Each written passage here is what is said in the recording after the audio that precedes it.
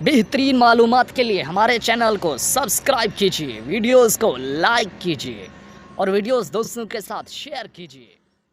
उसे मैं तो कम से कम ये इस कंफ्यूजन का शिकार हूँ। नहीं, मैं थोड़ा सा क्लियर कर लूँ, क्या इब्तिदा नहीं हुई? क्या आप मकबूजा को अपना हिस्सा समझते नहीं हैं? अगर समझते हैं तो उस पर कर्फ्यू नाफिज करना क्या इब्तिदा नहीं है? क्या वहाँ के मजलूमों पे जुल्म करना क्या ये इब्तिदा नहीं है? हम किस चीज़ का इंतज़ार कर रहे हैं जब वहाँ के लोग ख़ुद को पाकिस्तानी कह रहे हैं? जब मैं सारा कैटेगोरिकली बता चुका, तारीख़ी पस मंज़र सामने रख चुका, वो आपके एरिया को ऑक्यूपाई करके रखे हुए हैं। क्या अब भी हम इंतज़ार में किसी मज़ीद चीज़ के? अब इंतहा हम करेंगे ये उन्होंने कह दिया, लेकिन still he is bound to follow the instructions of the government. कोई एक अगर गवर्नमेंट कह दे कि जी जंग का ऐलान करें और फिर डीजी साहब कहते हैं नहीं, तो फिर तो ये ज़िम्मेदार है ना।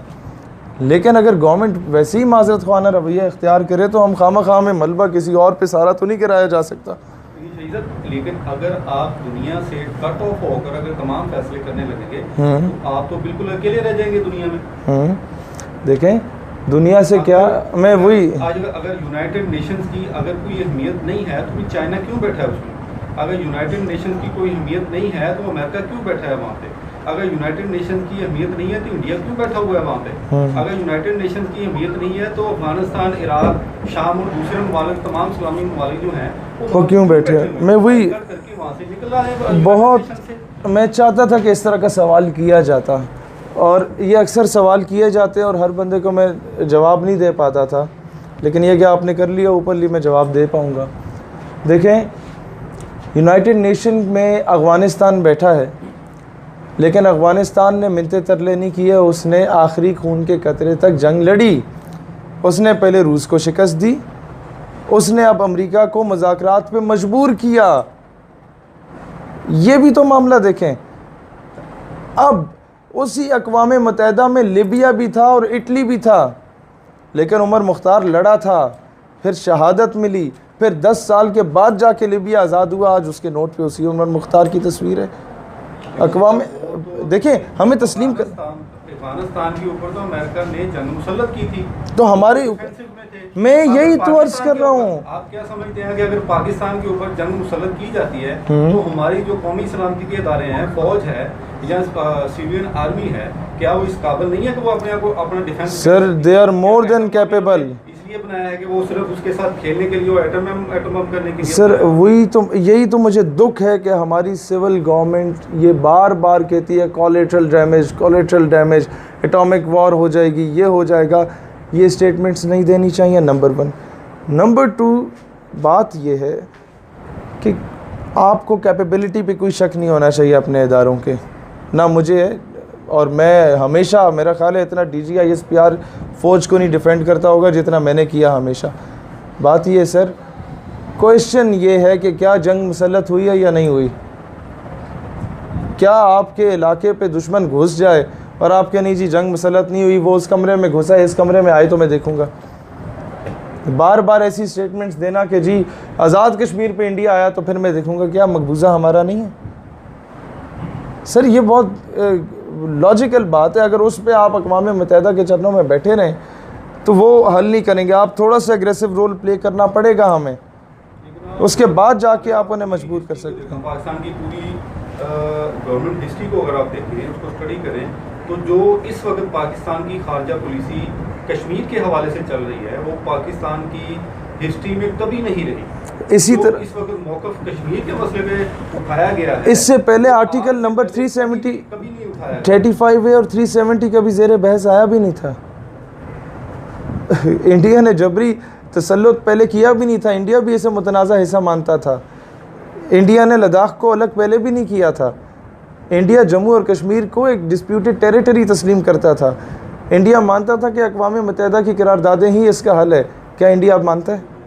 वो तो बहुत देर से अक़वाम मुत्तहिदा की करारदादों को कश्मीर के हवाले से डिनाई कर रहा है। अभी उसने कैटेगोरिकली पहले वो स्टेटमेंट आ गई सर वो 1948। हाँ वो गलत है। कब आई स्टेटमेंट? इस सर इस गवर्नमेंट में वही तो मैं अर्ज कर रहा हूँ, इसी गवर्नमेंट में तो वो आई स्टेटमेंट। क्या इस एक साल में आई ना ये स्टेटमेंट? सर यही तो बात है, इससे पहले आई होती तो शायद उस दौर की leadership before Musharraf era strong stand, बल्कि मुशर्रफ भी कुछ कर लेते। इंडिया के मामले में तो काफ़ी स्ट्रिक्ट था। हाँ, अमेरिका के मामले में मुझे कई तहफ़्फ़ुज़ात हो सकते हैं उससे, लेकिन उसके बाद से हमें बड़ा ये मायूसी के शिकार हुए हम। और इस बार देखें, पहले कॉन्सिक्वेंसेस कुछ डिफरेंट थे। पहले बात होती थी प्लेबिसाइट इज़ द सोल्यूशन, अब तो भाई वो इलीगली कॉलोनीज़ बना रहा है, पहले नहीं बना रहा था। मसला ये है, अब वो पहले काबिज़ था, अब मालिक बन चुका है। मसला ये, आपको मैं फिर वही अर्ज़ करना चाहता हूँ, आप लेट से मान लिया अक़वाम मुत्तहिदा हमारी बात सुन लेता है, इंडिया हमारी बात सुन लेता है, और 5 साल बाद की तारीख़ मुतय्यन कर दी जाती है इलेक्शंस की, और कश्मीरियों का फ़ैसला अगर इंडिया के हक़ में चला गया तो, क्योंकि वहाँ पर हिंदू तादाद ज़्यादा हो चुकी होगी, कॉलोनीज़ बना दी जाएंगी। जन्नत है, कौन नहीं आना चाहता उधर? यूनिवर्सिटी वहाँ है, सड़कें वहाँ है, बिजली पानी गैस वहाँ है, खूबसूरत इलाका वहाँ है, कॉलोनीज़ बना के दे दें। इसलिए मैं कह रहा हूँ जो काम करना है विद इन 1 ईयर ये होना बहुत ज़रूरी है। अदरवाइज़ अगर अक़वाम मुत्तहिदा की करारदादों पर रहे तो प्लेबिसाइट उनकी फेवर में होगा। पॉइंट ये है मेरा, या तो इतना स्ट्रॉन्ग कर दें। देखें, इसका एक और भी मामला है, हम रो रहे हैं ईरान हमारे साथ नहीं खड़ा, अफ़गानिस्तान नहीं खड़ा, सऊदीया नहीं खड़ा, दुबई नहीं खड़ा। भाई India being a Hindu state, it has good influence in Iran, it has good influence इन अफ़गानिस्तान। हम बहैसियत मुसलमान कंट्री, हमारा इन दोनों मुल्कों में अच्छा इन्फ्लुएंस नहीं है। मुझे बताएं इसमें गलती हमारी है या हिंदुस्तान की है या अफ़गानिस्तान की है? आप मुझे बताएं ना, जब अफ़गानिस्तान में अमेरिका घुस रहा था क्या हमने रिटेलिएट किया था? तल्ख़ हकीकत है, तो आप उनसे क्यों एक्सपेक्ट करते हैं? क्या कर सकते हैं? अब ये फिर यही है ना, फिर सऊदीया बेचारा क्या रिटेलिएट करे? किसी की जंग में कूद तो नहीं ना सकते हम, यही तो लोगों की जंग में कूद के जो अपना नुकसान मैं अभी यही सर आपको समझाना चाहता हूँ। फिर हम ये तवक्को ना रखें कि कोई हमारी जंग में कूदेगा, हमें अपनी जंग खुद लड़नी पड़ेगी। ये बहुत सिंपल सी बात है। फिर हमें एक दरख्त से दूसरे दरख्त पे छलांग नहीं लगानी चाहिए। ये तो आपने जवाब खुद दे दिया अपनी बात का। Any other? शहीद भाई ये बताएं, जिस पीक पर इस वक्त पहुंच चुका है मसला कश्मीर, जिस तरह से इस बार हाईलाइट हो चुका है, दुनिया भर में आवाज़ें उठ रही हैं, तो ये एक मुस्बत पॉजिटिव हम कह नहीं सकते पहलू है हुकूमत का? सर आवाज़ें अवाम उठा रही है, आवाज़ें पाकिस्तानी लोग, अगर हुकूमत ना भी कहे तो लोग आवाज़ उठाएंगे। क्या आपने हुकूमत से पूछ के कश्मीर के हक़ में कन्वेंशंस किया पहले कभी? मसला कश्मीर तो बड़ी देर का चलता आ रहा है, लेकिन जिस तरह से ये वही जवाब जो मैंने दिया कि अब क्यों एक्टिव हुआ, क्योंकि इंडिया अब इस चीज़ पे एक्टिव हो गया, तो आपको उस तरह जवाब देना पड़ेगा। इंडिया ने पहले कभी इस तरह का इशू नहीं छेड़ा। इंडिया ने कभी जाके उस पर जबरी ये 370 वाला मामला, ये 35A वाला मामला नहीं किया। ये अभी हुआ है तो उसके बाद एहतजाज करके आवाम को भी तो राज़ी करना है ना भाई। कि आवाम ये ना कहे कि जी आप कहाँ से हैं, किस तरह आए हैं, कौन लाया आपको। आवाम को भी ज़ाहिर है अभी घास तो नहीं खाती। ATI का आपको क्या मौक़िफ़ है कश्मीर पास के हवाले से? इसमें देखें ATI की क़यादत बेहतर बता सकती है। मैं बहैसियत कारकुन एक अदना सा जो है वो वर्कर अंजुमन तलबा इस्लाम का, मैं ये कह सकता हूँ कि अंजुमन तलबा इस्लाम ने, जब इंडिया ने कहा था कि हम 72 घंटों में पाकिस्तान पे धावा बोल देंगे, मुंबई अटैक्स के बाद ये स्टेटमेंट था, तो उस वक़्त ATI के प्लेटफॉर्म से हमारे मरकज़ी क़यादत ने हज़ारा यूनिवर्सिटी एबटाबाद में ऐलान किया था कि हम 1 लाख रज़ाकार अफ़वाज पाकिस्तान को देने को तैयार हैं। तो अब तो ये तादाद बहुत बढ़ चुकी है। अब तो हम लोगों ने तमाम तलबा तंजीमों को ऑन बोर्ड लिया है। 1 लाख रज़ाकार तो सिर्फ़ कारकुनान की सूरत में। कौम, एक बात टू बी वेरी फ्रैंक, अफ़वाज की तादाद 22 करोड़ है। हमारी कौम अफ़वाज अगर 7 लाख है, तो अगर वो ये काम होता है तो ये तादाद 22 करोड़ पे जाएगी, क्योंकि पाकिस्तान का हर बच्चा अफ़वाज पाकिस्तान का सिपाही है। और एक फ़र्क जो उनमें और हम में है कि हमें मौत से डर नहीं लगता, भारतीय मौत से डरते हैं।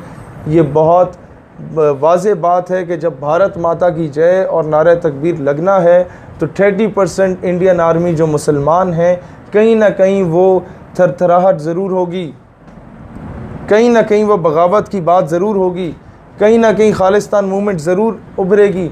हमारी कौम वो वाहिद कौम है जो जंग का नाम सुन के खुश होती है कि ये जो सुन्नी शिया वहाबी में बैठ गए हैं, ये जो सिंधी बलोची पंजाबी पठान में बट गए हैं, किसी तरीके से ये पाकिस्तानी या मुसलमान बन जाएंगे, किसी तरीके से कौम मुत्तहिद हो जाएगी।